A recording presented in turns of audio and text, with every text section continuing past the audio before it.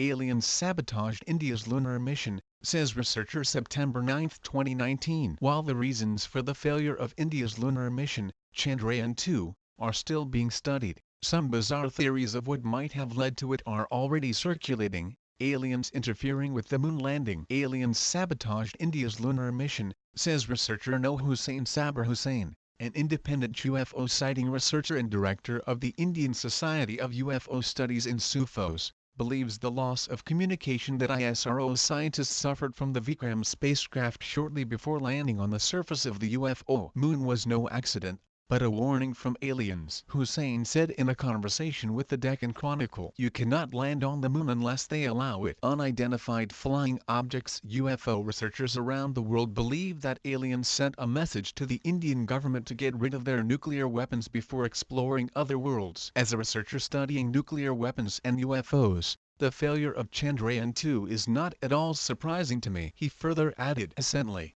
some Indian ministers have made very irresponsible and dangerous statements about the use of nuclear weapons. If we had taken warnings about UFO activity seriously, this could have been avoided." Why do you think the Americans refused to go to the moon after 1973? Both India and Pakistan are openly threatening themselves with nuclear attacks. But what the leadership of both nations do not realize is that they can only use their nuclear weapons if UFOs allow it. In my opinion, this episode with Vikram is just a UFO warning to the Indian leadership that if you can't take care of your own world, don't come to ours. More messages will probably appear. Hussain even cited several cases and statements to support his claim of alien interference in the world's nuclear affairs. U.S. Air Force Missile Launch Officer Robert Salas, who witnessed a UFO shutting down 10 nuclear missiles under his command in 1967, also agrees. Astronaut Dr. Edgar Mitchell, the sixth man on the moon, has openly stated that the aliens have already visited Earth. U.S. astronaut Gordon Cooper in his 1978 letter to the UN acknowledged. Mercury 7 astronaut Donald Slayton described a UFO sighting of his P-51 fighter jet at an altitude of 10,000 feet in 1951. Soviet cosmonaut and Soyuz 5 spacecraft pilot Yevgeny Krunov,